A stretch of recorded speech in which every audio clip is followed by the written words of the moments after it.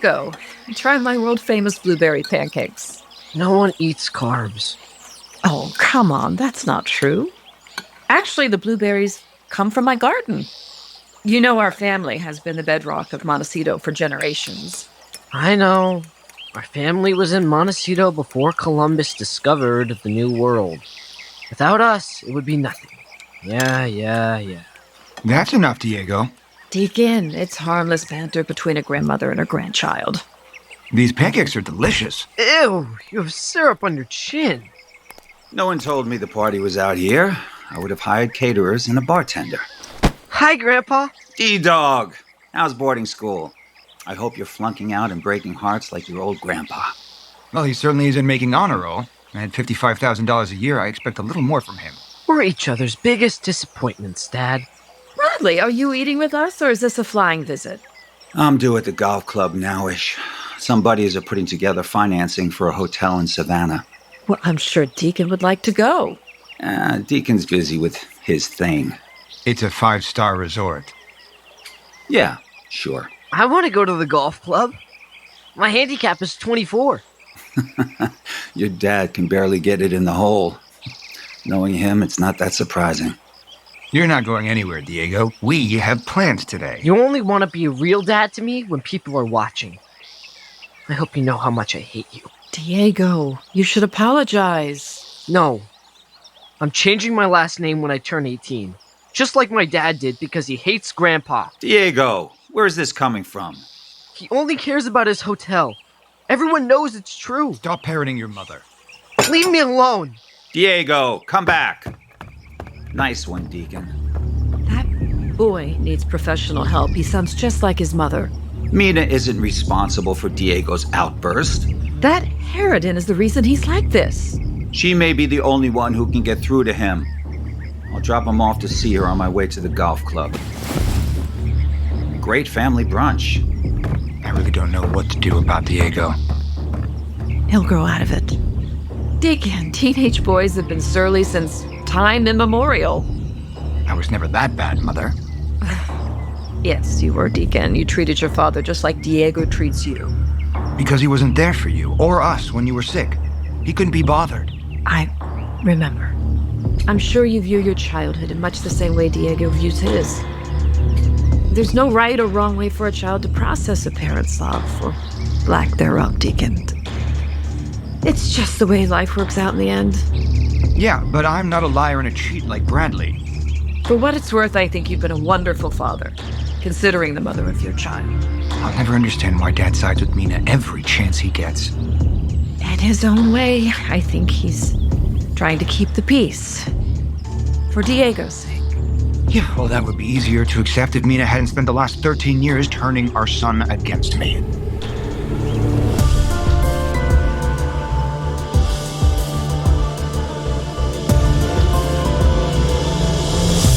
This is Montecito.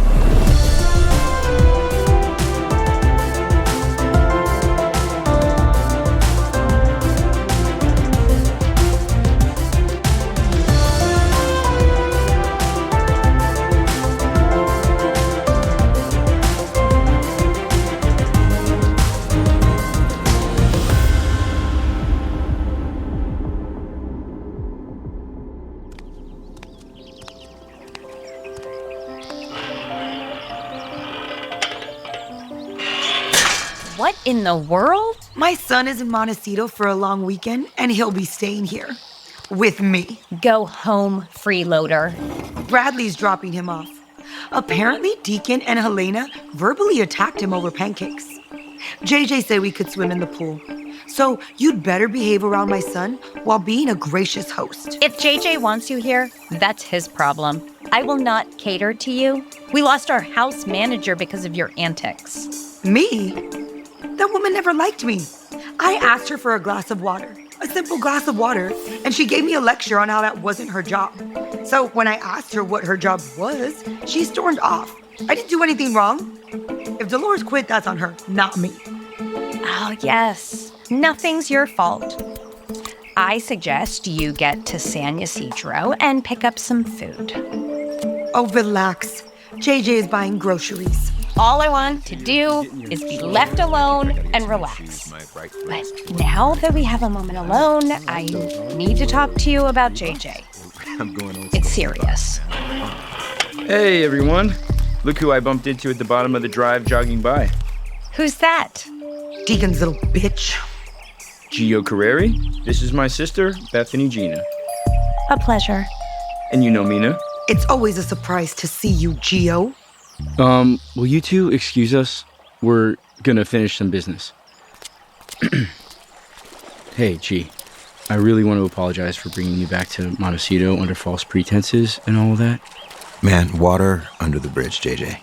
Still, it was super shady of me. I appreciate it, but we go back. It's forgotten. If you're still looking for a job... JJ, I appreciate it, man, but... No, man, I'm serious. I mean, we don't have any openings at Regalton, but if we have something that matches your, what's that phrase that everyone uses? Something that matches your key competencies, or whatever, in, like, architecture and design, I'll reach out. There's a potential project with the Santa Barbara Waterfront Commission. Would that sound good? Yeah. Thanks. Anytime, dude. Well, I have 2 live lobsters that I don't know what to do with. I should probably get them inside. And I meant what I said, G. What did he say, Giovanni? Don't sneak up on me, Mina. You should have left Montecito days ago. I've given up on Deacon. Isn't that enough? No, it's not enough. This isn't a negotiation. I know you came back to Montecito because you need a job.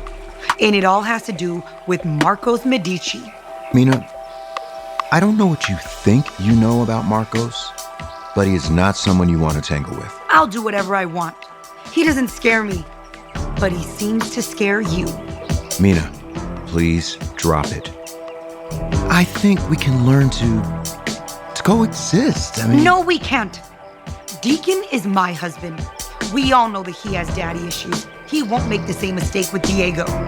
Ever.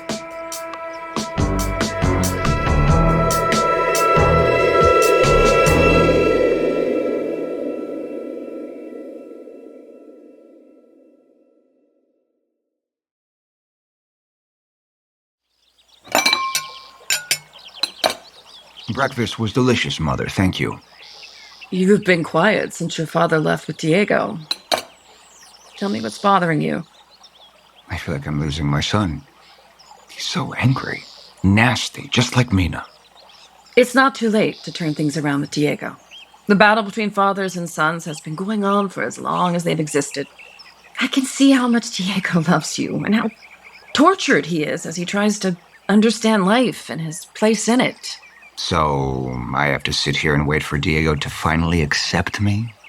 Yes. You have to keep showing up for him. When Diego's ready, he'll know where to find you. But Mina, she is always just... Forget about Mina. Focus on Diego. If you want a clean slate with your son, you'll have to be honest with him. Honest? What do you mean? Come out to him. That could make our relationship even worse. Absolutely not, Mother. Deacon, it's time. You have to be honest with Diego about who you really are. I can't. No. The thought of it even scares me. Think about it. I've always been here for you, no matter what. You know what? I should get going. Yep, I have to review my pitch for the War 3 development project. You seemed so much lighter the other day. I hope you're not using work to avoid what's in front of you. Last night should have been a turning point with Gio. Easy. We should have been making plans for the future. Us. Just the 2 of us moving forward, but... It's complicated. Last night, Gio asked for space. He wants us to live separately. Right after we agreed to live together, I feel like I'm in some kind of a Restoration-era farce without a trace of humor. Things may have been moving too quickly for Gio. But if you love him, fight for him. Don't give up, Deacon. Deacon? It's easier said than done.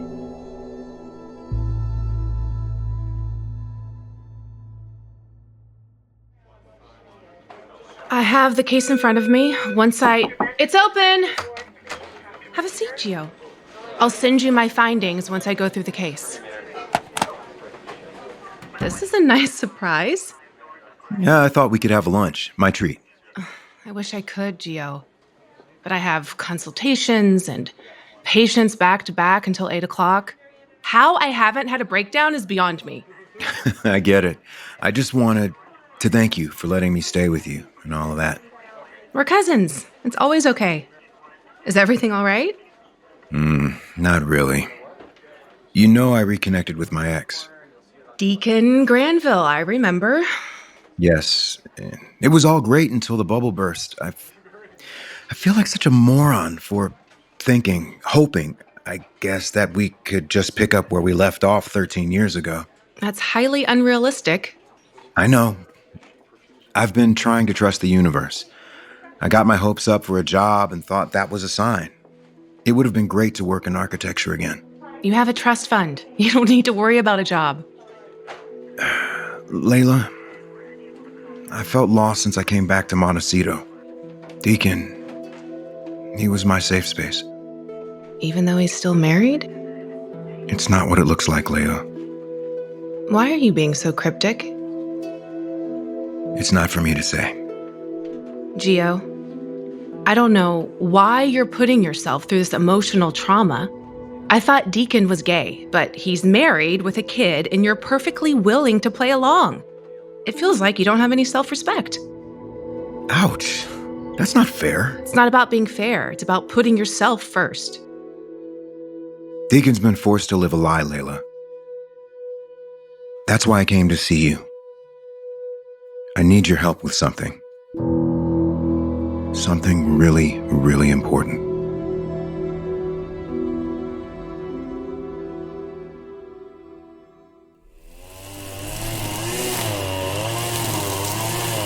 I dropped Diego off with Mina. He needs to be with his mother. He should be with us, Bradley. I thought your friends were expecting you at the golf club. It was postponed from the heat, and it's too hot for you to be out here trimming the hedges. This is my therapy. It's the only thing that keeps me sane when I know how much Deacon is suffering. Deacon needs to man up. Bradley, Deacon is a sensitive soul who's been through a lot. You always say that because Deacon whines to you whenever he needs his mommy. Deacon has abandonment issues, thanks in no small part to you. The way you disappeared from our lives when I was sick. I know what I did, Helena. I can't change it. I married you twice. Doesn't that mean anything to you? Every time we have a bit of happiness, Deacon swoops in with another calamity and we're at each other's throats. It's his life. He can't keep creating problems. Deacon is still traumatized from his childhood. His sister isn't. Amber is nothing like Deacon. Exactly. She's moved on. Deacon revels in the past. Look what he's doing with Gio Carreri. I thought he outgrew all of that. He's been married to a fox like Mina for over a dozen years. We both know Deacon was blackout drunk the night Diego was conceived. Mina says he was very much the aggressor. You're too smart to believe anything Mina tells you, Bradley. Helena, we should be celebrating the golden years of our life, not debating the ins and outs of Deacon and Mina. Deacon is solely responsible for the way his life has turned out. Well, I think we can both agree that through it all, Deacon has been a wonderful father to Diego, despite his wife from hell. Hey, Mina has to tolerate Deacon too. Bradley, what will it take for you to stop choosing Mina's side over Deacon's? Mina is harmless. She's an alpha female. Deacon's a classic beta. She is not harmless. She is harmful to Deacon and Diego, not to mention the fact that she's trashed me for years. I can take it, but she shouldn't be able to get away with it. Whenever I put her in her place, you stay silent. You won't be happy until I blame Mina for everything wrong under the sun. I'm not gonna do it. And why is that? Why do you jump to her defense, Bradley? What is it about Mina?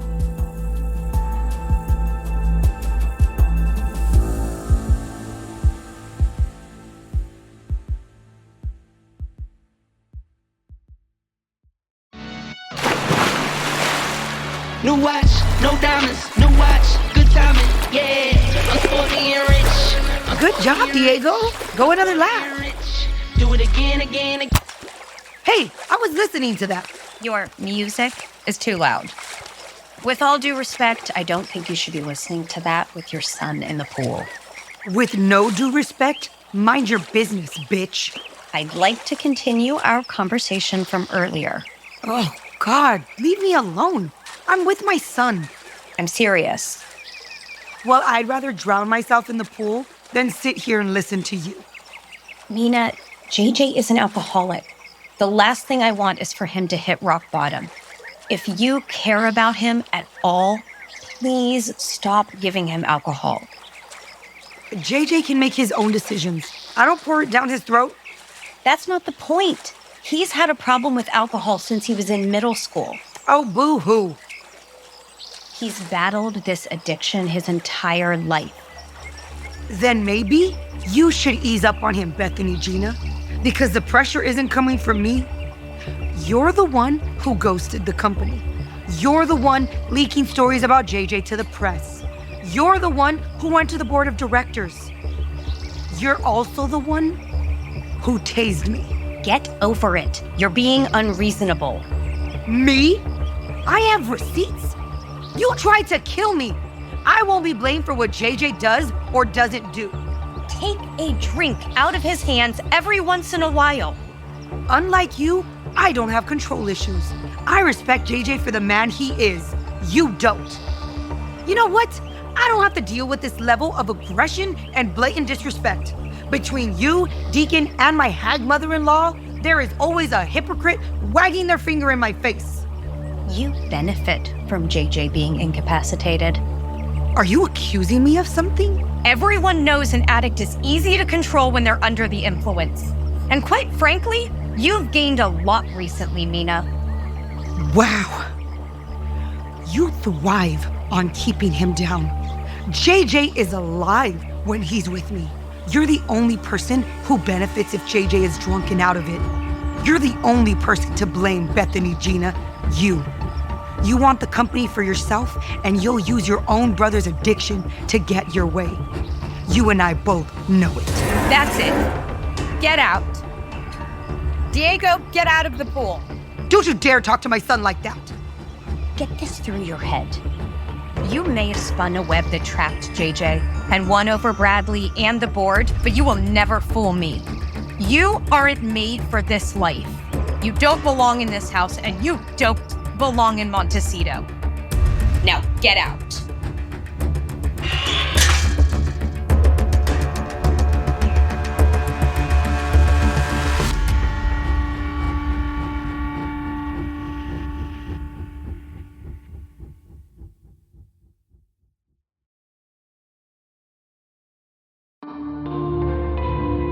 Next, on Montecito, all eyes are on JJ Roman. You need to trust me to run the company. I just want to be clear that you're completely sober. Stone cold. And the pressure is on. Have some Dutch courage. Come on, JJ, have a sip. Will JJ fight the temptation? Do it for me.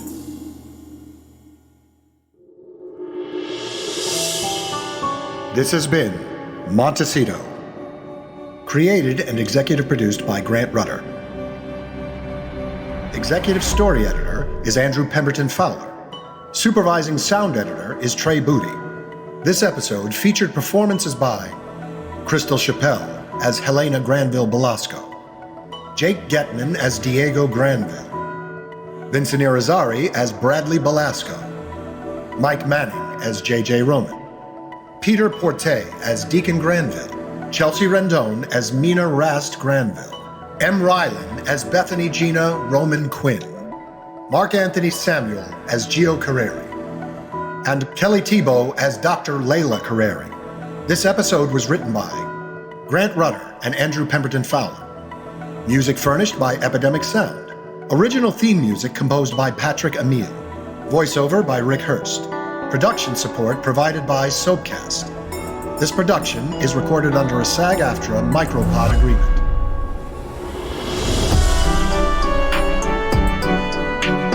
We invite you to subscribe to the show wherever you get your podcasts. Join us again for Montecito.